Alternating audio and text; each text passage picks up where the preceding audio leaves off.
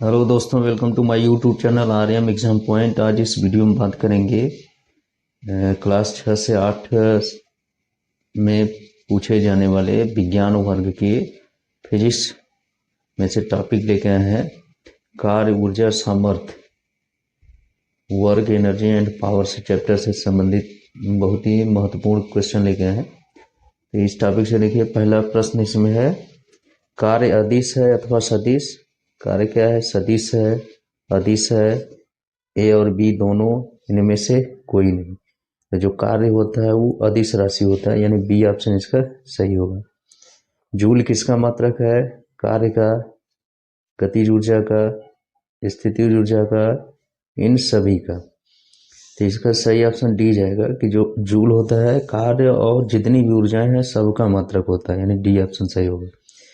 तीसरा, अपने सिर पर 20 किलोग्राम का बक्सा उठाए हुए कोई कूली 36 प्लेटफार्म पर 50 मीटर चलता है। गुरुत्व बल के विरुद्ध कूली द्वारा किया गया कार्य होगा 0 जूल, 1000 जूल, 10,000 जूल, 500 जूल। इसमें जो होगा 20 किलोग्राम का भार लिया हुआ है, प्लेटफार्म पर 36 चल रहा है, तो जो बल है, बल और जो विस्थापन है, इनके बीच का कोण कितना इसमें है? 90 डिग्री है। इसलिए यहाँ कोई कार्य नहीं होगा, क्योंकि W बराबर एफ एस कास थीटा है, तो कास 90 का मान 0 हो जाता है। इसलिए 0 जूल, यानी ए ऑप्शन इसका सही होगा।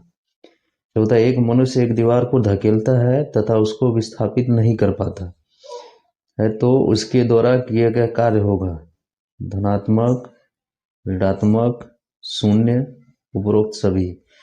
जो व्यक्ति है वो प्रयास कर रहा है लेकिन धकेल नहीं पा रहा है, विस्थापित नहीं कर रहा है दीवार को, लेकिन वैज्ञानिक दृष्टि से वह कार्य की श्रेणी में नहीं लिया जाएगा। जब विस्थापन नहीं होगा तब तक कार्य की श्रेणी में नहीं लिया जाएगा, यानी सी ऑप्शन इसका सही होगा, शून्य।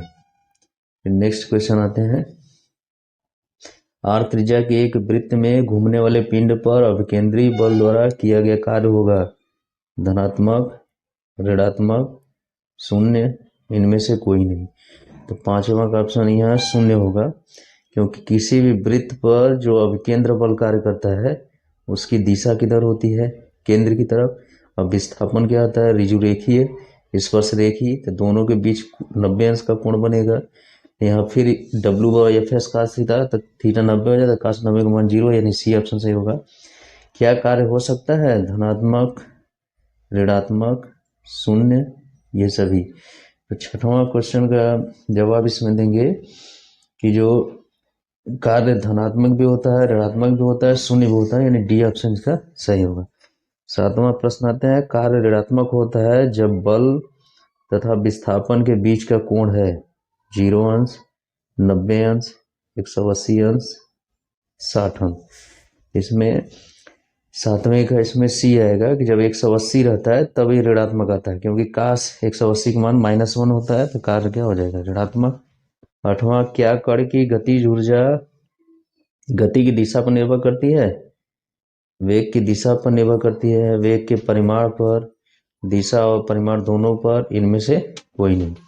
तो जो गतिज ऊर्जा होती है वो गति की दिशा पर निर्भर करती है, तो इसका सही ऑप्शन जाएगा बी जाएगा, वेग के केवल परिमाण पर निर्भर करती है, दिशा पर निर्भर नहीं करती है। तो इसका राइट आंसर जाएगा बी पर, आठवां का बी। फिर इसके बाद नौवां आते हैं क्वेश्चन। यदि 2500 जूल कार्य करने में किसी मशीन को 8 सेकेंड लगते हैं, तो उसके शक्ति होगी 2500 वाट, 125 वाट, 0.5 वाट, 0.5 किलो वाट। तो शक्ति निकालना है, तो शक्ति P बराबर क्या होता है? W बटे के T होता है। तो W को मान यहाँ रखेंगे कितना? 2500, और T का मान कितना रखना है? 5। इसमें कैंसिल होगा तो 500 बचेगा, यानी इसको काटेंगे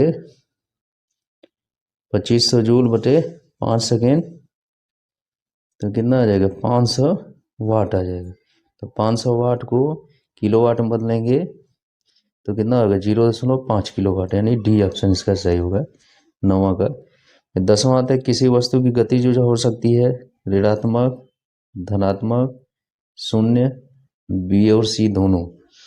तो जो गतिज ऊर्जा होगी वो इसमें सही ऑप्शन जाएगा बी और डी दोनों। तो बी का मतलब धनात्मक भी हो सकता है और सी यानी शून्य भी हो सकता है। वेग का स्क्वायर होता है तो हमेशा धनात्मक होगा, जब वेग 0 होगा तो शून्य गतिज ऊर्जा यानी बी और सी दोनों रहेगा। 11वां प्रश्न की तरफ आते हैं। यदि गतिमान वस्तु की चाल को दोगुना कर दिया जाए तो गतिज ऊर्जा कितनी गुना हो जाएगी? तो जब चाल को दोगुना करेंगे तो गतिज ऊर्जा का फार्मूला होता है हाफ mv²। तो चाल को दोगुना करेंगे तो 2 का स्क्वायर हो यानी 4 गुना हो जाएगा, गतिज ऊर्जा 4 गुना हो जाएगी, यानी बी ऑप्शन सही होगा 11 का बी। बराबर द्रव्यमान के दो पिंड क्रमशः 3v और 2v के वेग से गतिशील है, उनकी गतिज ऊर्जाओं का अनुपात क्या होगा? तो गतिज ऊर्जाओं का अनुपात क्या होता है? वेग के स्क्वायर, यहाँ देखना है वेग का स्क्वायर होता है तो यहाँ क्या लिखेंगे 3v का स्क्वायर लिख देंगे, अपान क्या लिख देंगे 2v का स्क्वायर। तो यहाँ v स्क्वायर कर जाएगा, यहाँ 9/4 आ जाएगा, यानी सही ऑप्शन कितना आएगा 9/4, यानी ए ऑप्शन 12 का सही होगा। अब इसके बाद आते हैं अगले क्वेश्चन की तरफ। 13 1 किलोग्राम द्रव्यमान की वस्तु की गतिज ऊर्जा 1 जूल है। 1 जूल तब होगी जब उसकी चाल होगी, इसमें पहचाना है 3.4 मीटर प्रति सेकेंड, 1.4 मीटर प्रति सेकेंड, 2 मीटर प्रति सेकेंड, 1 मीटर प्रति सेकेंड। इसमें सही ऑप्शन जाएगा बी पर 1.4 मीटर प्रति सेकेंड। अब उसकी चाल ये यम का मान दिया द्रव्यमान और गतिज ऊर्जा का मान दिया है, तो उसमें मान रख के भी का मान निकाल सकते हैं, तो 1.4 आ जाएगा। 14 है किसी वस्तु के संवेग को 3 गुना करने से उसकी गतिज ऊर्जा कितनी गुनी हो जाएगी? तो जो संवेग होता है, संवेग और गतिज ऊर्जा में संबंध देखना है, इसमें 14 का सही ऑप्शन आता है 9 गुना हो जाएगा। 3 गुना करेंगे तो 9 गुना हो जाएगा गतिज ऊर्जा, क्योंकि के बराबर होता है फार्मूला इसमें के बराबर होता है p²/2m होता है। तो जब संवेग को 3 गुना करेंगे तो स्क्वायर है तो कितना आ जाएगा 9 गुना, तो गतिज ऊर्जा 9 गुना हो जाएगी, यानी ए ऑप्शन इसका सही हो। 15वां किसी गतिशील पिंड का वेग आधा करने से उसकी गतिज ऊर्जा में क्या प्रभाव पड़ेगा? उसका वेग आधा कर देने से गतिज ऊर्जा में क्या प्रभाव होगा? और गतिज ऊर्जा घट जाएगी, 1/4 हो जाएगी, क्योंकि वेग के वर्ग के अनुक्रमानुपाती होता है। तो 15 का इसमें ए ऑप्शन सही होगा। 16 ऊपर की तरफ फेंकी गई वस्तु की गतिज ऊर्जा में कमी आएगी, में वृद्धि होगी और अपरिवर्तित रहेगी, इनमें से कोई नहीं। तो जैसे जैसे वस्तु ऊपर की तरफ जाएगी उसका वेग घटता जाएगा और गतिज ऊर्जा में कमी होती जाएगी, यानी 16 का इसमें ए आंसर सही होगा। नेक्स्ट क्वेश्चन आते हैं। समान द्रव्यमान की दो वस्तुओं को h तथा 2h ऊंचाइयों पर रखा गया, उनकी स्थितिज ऊर्जाओं का अनुपात क्या होगा? तो स्थितिज ऊर्जा क्या होता है mgh होता है। तो पहले के लिए h ऊंचाई पर रखें तो mgh होगा, दूसरे के लिए क्या होगा mgh की जगह कितना होगा 2h हो जाएगा। इनका अनुपात निकालेंगे तो m से m कैंसिल, g से g कैंसिल, h से h, एक संबंध है 2, यानी ए ऑप्शन सही होगा। 17 का ए। 18 इसमें किसी वस्तु की स्थितिज ऊर्जा हो सकती है धनात्मक, ऋणात्मक, शून्य, ये सभी। तो 18 का इसमें सही ऑप्शन होगा डी, ये सभी होगी।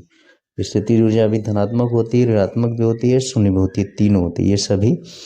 19 आता है कोई पिंड एक निश्चित ऊंचाई से गिराया जाता है, गिरते समय किस प्रकार की ऊर्जा का रूपांतरण हो रहा है? स्थितिज ऊर्जा का गतिज ऊर्जा में, गतिज ऊर्जा का स्थितिज ऊर्जा में, गतिज ऊर्जा का चुंबकीय ऊर्जा में, स्थितिज ऊर्जा का चुंबकीय ऊर्जा में। तो कोई भी वस्तु निश्चित ऊंचाई से गिराई जा रही है, तो निश्चित ऊंचाई से गिराई जा रही है तो उसमें कौन सी ऊर्जा रहेगी? स्थितिज ऊर्जा। और जैसे जैसे नीचे जाएगा स्थितिज ऊर्जा घटेगी और इसका वेग क्रमशः बढ़ता जाएगा, तो गतिज ऊर्जा बढ़ती जाएगी। तो गतिज ऊर्जा, स्थितिज ऊर्जा गतिज ऊर्जा में परिवर्तित होती है, यानी ए ऑप्शन इसका सही होगा। तो 19 का सही आंसर ए होगा। फिर इसके बाद नेक्स्ट आते हैं, ऊर्जा रूपांतरण की दर को क्या कहते हैं? आवेग कहते हैं, शक्ति कहते हैं, पृष्ठतनाव कहते हैं, पृष्ठीय ऊर्जा कहते हैं। तो जो ऊर्जा परिवर्तन की दर को शक्ति कहा जाता है, यानी बी ऑप्शन इसका सही होगा। आइंस्टीन के द्रव्यमान ऊर्जा का समीकरण है, पहला E बराबर half m c square, E बराबर 2mc स्क्वायर, E बराबर mc स्क्वायर, E बराबर mc स्क्वायर अपॉन 4। तो सही आंसर सी जाता है। ये आइंस्टीन का द्रव्यमान ऊर्जा समीकरण कहलाता है। सी 21 का सी हो जाएगा। फिर 22 पद है, यदि 2500 जूल कार्य करने में किसी मशीन को 5 सेकंड लगते हैं तो उसकी शक्ति, तो फिर वही फार्मूला लगा देंगे, शक्ति P बराबर होता है W/T होता है। तो W का मान कितना रख देंगे 2500 और T का मान कितना रख देंगे 5, तो 500 वाट, 500 वाट हो जाएगा। और उसको किलोवाट में बदल लेंगे तो 0.5 किलोवाट, यानी 22 का ए आंसर सही होगा। नेक्स्ट क्वेश्चन आते हैं, तो इस शक्ति का मात्रक बताइए, जूल, किलोवाट घंटा, वाट, यूनिट। इसमें जो शक्ति का मात्रक होता है वो वाट होता है, यानी सी ऑप्शन इसका सही होगा। जूल जो होता है ऊर्जा का मात्रक, किलोवाट जो होता है ये भी विद्युत ऊर्जा का मात्रक है, यूनिट भी विद्युत ऊर्जा का मात्रक है, वाट किसका मात्रक? शक्ति का।